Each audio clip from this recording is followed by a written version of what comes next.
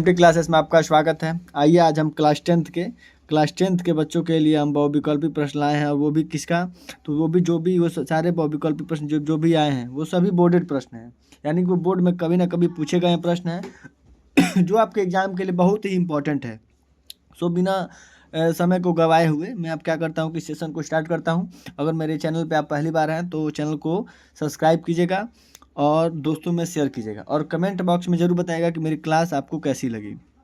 आइए, तो ये प्रश्न है बहुविकल्पी प्रश्न, जो 1 नंबर में निश्चित है कि आपसे पूछा ही जाएगा। और क्लास 10th के बच्चों के लिए अगर साइंस का पेपर हो या हिंदी का पेपर हो, वो 20 अंक के निश्चित है कि आएंगे। तो निर्देश है कि प्रत्येक प्रश्न में दिए गए वैकल्पिक उत्तरों में से सही उत्तर चुनिए। यानी कि जो प्रश्न आपको पढ़ना है, इसमें आपको 4 ऑप्शन दिए रहेंगे, उसमें आपको बताना है कि इसका आंसर क्या होगा। तो इसमें मैंने प्रश्न भी क्या है, इसका आंसर भी आपको मिलता रहेगा। प्रश्न आपका यह है कि प्रश्न नंबर 1 कि किसी दर्पण से आप चाहे कितनी ही दूरी पर खड़े हों, आपका प्रतिबिंब सीधा प्रतीत होता है। संभवतः दर्पण, ये देखिए यूपी बोर्ड में 2019 का प्रश्न है और सेट नंबर बीएम का है। तो ऑप्शन नंबर है केवल समतल, केवल अवतल, केवल उत्तल, या तो समतल अथवा उत्तल। तो इसका राइट आंसर हो जाएगा ऑप्शन डी, या तो समतल अथवा उत्तल। आइए हम आते हैं अब अगले प्रश्न पे। तो अगला प्रश्न है हमारा कि 20 सेंटीमीटर वक्रता त्रिज्या वाले अवतल दर्पण की फोकस दूरी क्या होगी? 5 सेंटीमीटर, 10 सेंटीमीटर, 15 सेंटीमीटर या 20 सेंटीमीटर। तो इसका आंसर हो जाएगा 10 सेंटीमीटर। तो आप इसका निकाल सकते हैं बराबर r/2 पे, यानी अगर वक्रता त्रिज्या फोकस दूरी वक्रता त्रिज्या की आधी होती है तो ऐसे आप निकाल सकते हैं, 20 से तो 10 ही होगा। तो इसका आंसर हो जाएगा ऑप्शन बी। अब हम आते हैं प्रश्न नंबर 3 पे। तो प्रश्न नंबर 3 आपका ये कह रहा है कि पहले मैं सही कर लेता हूँ कि उस उत्तल दर्पण की वक्रता त्रिज्या क्या होगी जिसकी फोकस दूरी +10 सेंटीमीटर होगी। तो देखिए इसका आंसर हो जाएगा, पहला ऑप्शन है 5 सेंटीमीटर, 10 सेंटीमीटर, -20 सेंटीमीटर या 30 सेंटीमीटर। तो इसका आंसर हो जाएगा -20 सेंटीमीटर। ऑप्शन नंबर सी इसका राइट आंसर हो जाएगा। आइए प्रश्न नंबर 4 पे हम लोग चलते हैं। तो प्रश्न नंबर 4 इसका आंसर है। पहले प्रश्न पढ़ते हैं कि गोलीय दर्पण की फोकस दूरी और वक्रता त्रिज्या में क्या संबंध है। देखिए ये बहुत ही इंपॉर्टेंट महाविभियाई प्रश्न है, ये बहुत ही इंपॉर्टेंट प्रश्न है। और देखिए जितने भी मैंने प्रश्नों को इसमें लिया है वो सभी किसी न किसी एग्जाम में, यानी इसी में बोर्डेड में आए ही हुई है। जो पहला ऑप्शन है आपका F = r/2, ऑप्शन बी है F = 2r, सी है r = f/2, या डी है आपका कि F = r। तो मैंने अभी इसके पहले आपको बताया है प्रश्न नंबर 2 में कि F = r/2 इसका आंसर हो जाएगा। तो ऑप्शन नंबर ए इसका सही है। उसके बाद हम आते हैं 5 नंबर पे।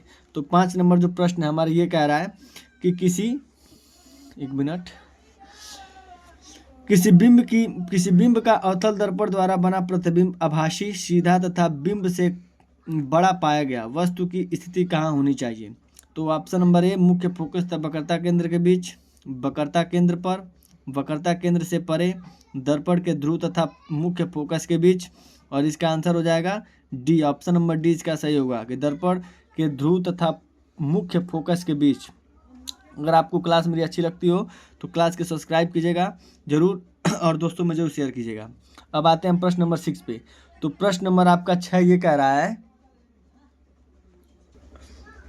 प्रश्न नंबर 6 पे आते हैं हम लोग। तो प्रश्न नंबर आपका 6 ये कह रहा है कि इनमें से कौन सा दर्पण वस्तु से छोटा व आभासी प्रतिबिंब बनाता है? तो 2011 का ये प्रश्न है। देखिए मैंने जितने भी प्रश्नों को लिखा है सब बोर्ड में आए हुए प्रश्न हैं। तो प्रश्न नंबर ए है कि समतल, अवतल, उत्तल या उपरोक्त तीनों। तो देखिए अगर दर्पण से छोटा प्रतिबिंब बन रहा है और आभासी बन रहा है तो निश्चित है वो क्या बनेगा, तो वो बनेगा उत्तल। तो इसका राइट आंसर हो जाएगा सी।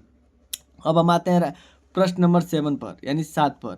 तो 7 नंबर का जो प्रश्न है ये कह रहा है कि उत्तल दर्पण के सामने रखी वस्तु का प्रतिबिंब बनता है। तो ये हो जाएगा पहला वस्तु की स्थिति पर नहीं, वस्तु की स्थिति पर ही। बी है दर्पण के सामने वस्तु की स्थिति से दुगुनी दूरी पर। सी दर्पण के सामने वस्तु की स्थिति से आधी दूरी पर, दर्पण के पीछे। तो इसका राइट आंसर हो जाएगा ऑप्शन नंबर डी, दिया भी है कि दर्पण के पीछे बनेगा। अब हम आते हैं प्रश्न नंबर 8 पर।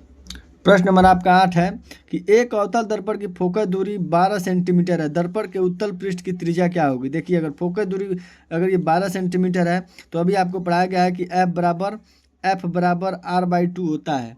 तो एफ बराबर जब r/2 होता है तो फोकस दूरी आपका दे दिया 12 और आपसे पूरा त्रिज्या पूछ रहा है। तो 12 जब यहाँ रखेंगे आप लोग, मैं यहाँ सॉल्व कर देता हूँ। जब आप यहाँ 12 रखेंगे, एफ का मान 12 दिया है, आर का मान आपको निकालना है 2, तो 12 में 2 से गुणा करेंगे तो 24 सेंटीमीटर। आंसर आ जाएगा 24 सेंटीमीटर आर का मान। तो यह इसका ऑप्शन हो जाएगा नंबर डी यानी ऑप्शन नंबर डी सही है। उसके बाद प्रश्न नंबर 9 ये कह रहा है कि चंद्रमा से देखने पर आकाश दिखाई देता है। तो पहला है बैगनी, नीला, काला और सफ़ेद। तो इसका राइट आंसर हो जाएगा काला, यानी कि आकाश से अगर चंद्रमा को आप देखेंगे, चंद्रमा से आकाश को देखेंगे तो वो कैसे दिखाई देगा, तो वो काला दिखाई देता है। फिर अब प्रश्न नंबर हम 10 पे आते हैं। तो 10 नंबर का जो प्रश्न है वो ये कह रहा है कि किसी अवतल दर्पण की फोकस दूरी 15 सेंटीमीटर है, उसकी वक्रता त्रिज्या क्या होगी। देखिए ये भी वही सूत्र पे लगेगा, यानी मैं कह रहा हूँ कि ये बहुत ही इंपॉर्टेंट है। फोकस दूरी दिया है 15 सेंटीमीटर, त्रिज्या का मान यानी आर का मान पूछ रहा है, 2 यहाँ रखेंगे, 15 में 2 से गुणा करेंगे 30 सेंटीमीटर, यानी इसका राइट आंसर हो जाएगा ऑप्शन नंबर बी 30 सेंटीमीटर। अब हम आते हैं 11 नंबर प्रश्न पे। तो 11 नंबर प्रश्न ये कह रहा है कि समतल दर्पण की फोकस दूरी होती है। समतल दर्पण की फोकस दूरी, पहला है ऑप्शन 0, अनंत 25 सेंटीमीटर और -25 सेंटीमीटर। तो इसका राइट आंसर हो जाएगा बी अनंत। अब हम आते हैं 12 नंबर प्रश्न पे। तो 12 नंबर ये जो प्रश्न है ये आपका ये है कि फोकस दूरी व वक्रता त्रिज्या के बीच संबंध है। मैंने अभी ये प्रश्न देखिए फिर से रिवाइज हुआ है, लेकिन इसमें आपको 2 इक्वेशन आ सकते हैं। इसमें आपको 2 इक्वेशन कौन कौन से आएंगे, तो एक आएगा एफ बराबर r/2, या इसी को r का अगर मान पूछना होगा तो या करके ऐसे पूछेगा r बराबर 2f, यानी बात वही है। फिर अब क्या होगा कि एफ का मान निकालना होगा तो 2 के इधर डिवाइड में क्या करते हैं कि पक्षांतर करते हैं, तो बात वही है, यानी कि इन दोनों के बीच दो होंगे। कौन सा, तो एफ बराबर r तो होगा नहीं, एफ बराबर 1/r होगा नहीं, 2f बराबर r या एफ बराबर r/2, यही आपका आंसर हो जाएगा जो मैंने अभी बताया है। एफ बराबर 2r होगा ही नहीं, यानी कि 2f बराबर r और एफ बराबर r/2, यानी ऑप्शन नंबर सी इसका सही है। अब ऐसे ही अब मैंने फिजिक्स का लाया, उसके बाद मैं केमिस्ट्री का भी लाया हूँ, कुछ वीडियो और भी लाना है। उसके बाद बायो का मैं लाऊंगा, फिर हिंदी का लाऊंगा। मैंने सारे सब्जेक्ट का मैं विकल्पी और सारे कोर्स को कंप्लीट हम लोग कराने वाले हैं इस चैनल पे।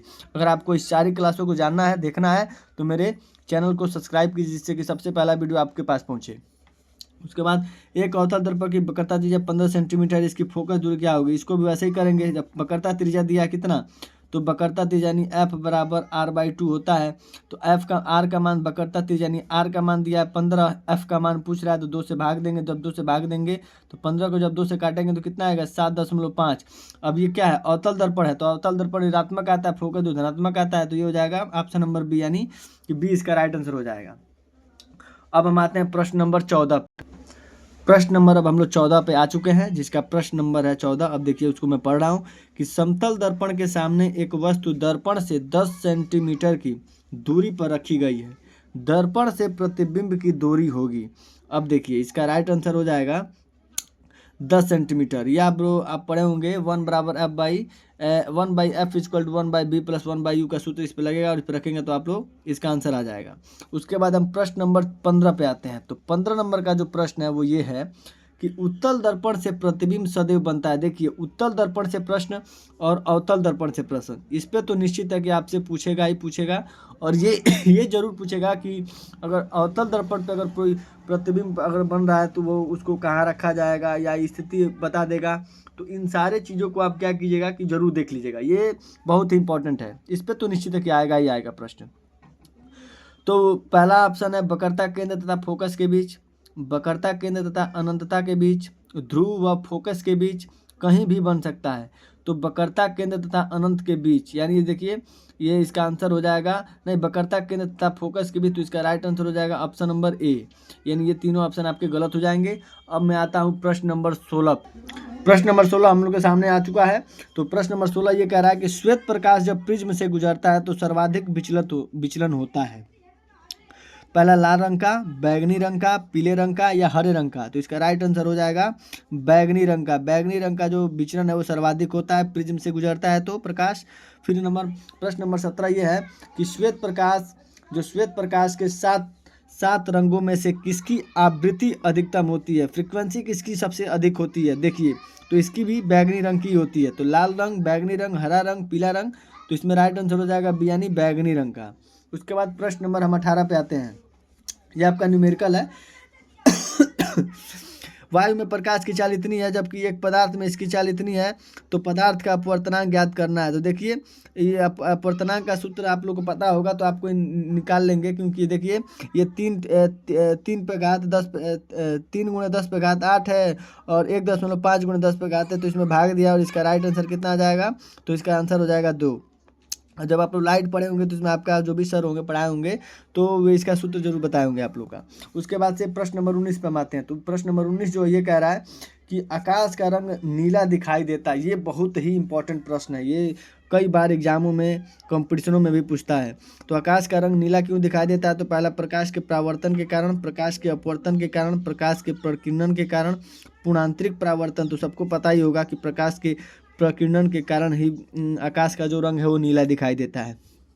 अब हम आते हैं प्रश्न नंबर 20 पर। तो जो 20 नंबर का जो प्रश्न है कि क्रांति कोण का मान अधिकतम होता है, पहला बैगनी रंग के लिए, लाल रंग के लिए, नीले रंग के लिए या पीले रंग के लिए। तो इसका राइट आंसर हो जाएगा लाल रंग के लिए। लाल रंग के लिए जो क्रांति कोण का मान होता है वो सबसे अधिक होता है।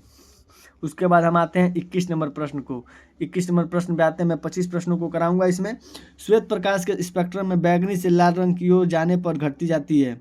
श्वेत प्रकाश के स्पेक्ट्रम में बैगनी से लाल रंग की ओर जाने पर घटती जाती है। पहला, निर्वात में प्रकाश की चाल, प्रकाश की प्रवृत्ति, प्रकाश की तरंग दैर्घ्य, तीनों में से कोई नहीं। तो इसका राइट आंसर हो जाएगा बी, प्रकाश की आवृत्ति। उसके बाद प्रश्न नंबर 22 मेरा ये है कि यदि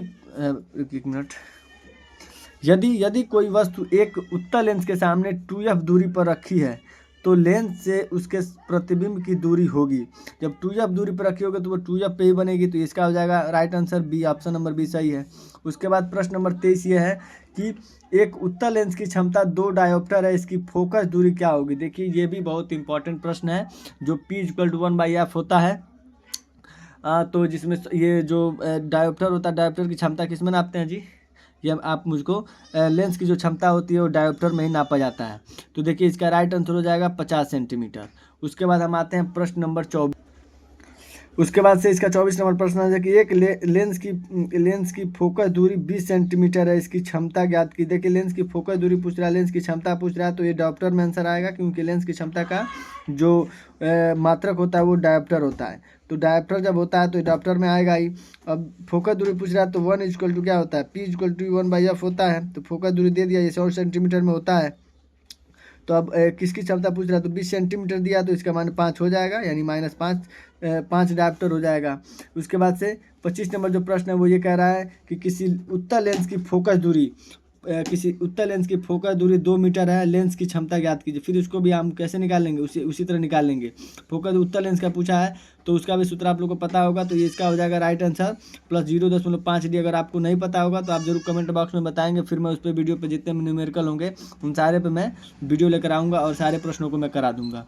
क्लास मेरा अच्छा लगा होगा तो आप मेरे चैनल को सब्सक्राइब कीजिएगा और दोस्तों में शेयर कीजिएगा। धन्यवाद।